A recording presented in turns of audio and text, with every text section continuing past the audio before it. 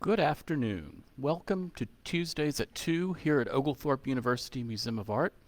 My name is John Tilford. I'm the Curator of Collections here at Oglethorpe. We're so happy you all could join us for the Tuesday at 2 program, where we bring a bit of the museum to you here at home.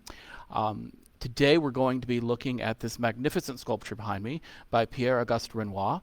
This is one of the only examples of Impressionist sculpture we have in the collection. It just came to the collection a few years ago, and it was given by our great friends and patrons, Drs. Itzhak and Yolanta Melamed, who have donated scores of works of art with a particular focus of Impressionism to the museum here at Oglethorpe. This sculpture is entitled Maternity.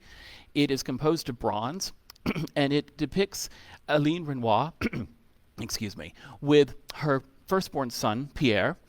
And it was inspired by a painting that Renoir created many years earlier when Aline had just given birth to Pierre, and that painting was also of a maternal subject. And many years later, by 1915, Aline Renoir has died, and Pierre Auguste Renoir is nearing the end of his own life, and he's thinking about the legacy of those he loves. So he wants to return to the subject of that painting from so many years ago and create a memorial to the memory of his beloved wife. And so he begins to work with an artist by the name of Richard Guiano, who was the principal assistant to the great sculptor Mayol. And with Guiano's assistance, Renoir creates a terracotta model of the figure of Aline and Pierre. That work, many years later, was acquired by the great collectors Paul and Bunny Mellon, and they donated it along with hundreds of other works to the National Gallery in Washington, D.C., where you can see it today.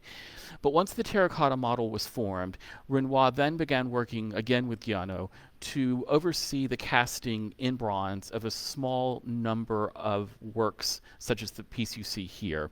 Scholars are still a bit puzzled as to how many works were cast, how many examples of this composition were cast in bronze, especially how many were cast under the direct supervision of Renoir and Guiano. And so that plays into the factors of authenticity and market value. So we're very interested in knowing when this particular work was cast.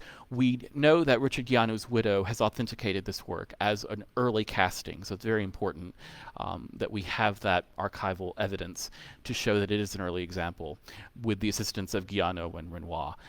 This particular sculpture was acquired in the 1980s by S.P. Auerbach, who was a great collector in Louisville, Kentucky. The sculpture was then exhibited many years later in 2012 at the great art museum, the Speed Art Museum of Louisville, Kentucky. And after Mr. Auerbach's death, it came back to the market. And as is so often the case, Isaac and Yolanta Melamed very shrewdly acquired this work at auction in New York a few years ago. And then they made the very generous gesture of donating this particular work of art to Oglethorpe University Museum. And they did so in honor of President Lawrence Scholl, who was the 16th president of Oglethorpe University. And when he announced his retirement, Isaac and Yolanta wanted to honor him with this gift.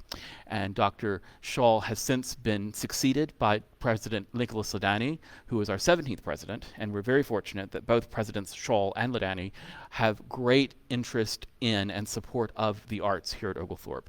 Because again, we here at the museum are simply one part of a much larger body, which is the university. And we love that faculty, students, staff, administrators, trustees, and community members all come together to enjoy and support this museum.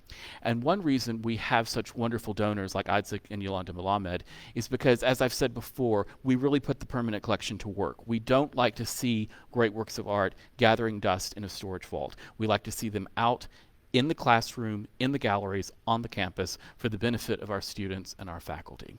So again, we're very happy to share this wonderful example by Renoir, dating from about 1915, 1916, which depicts the late memory of his beloved wife Aline and their firstborn son Pierre. So please tune in next week, same time, same place, where Elizabeth Peterson, the museum director, will be speaking to you about the post-war 20th century American artist James Brooks. Thank you.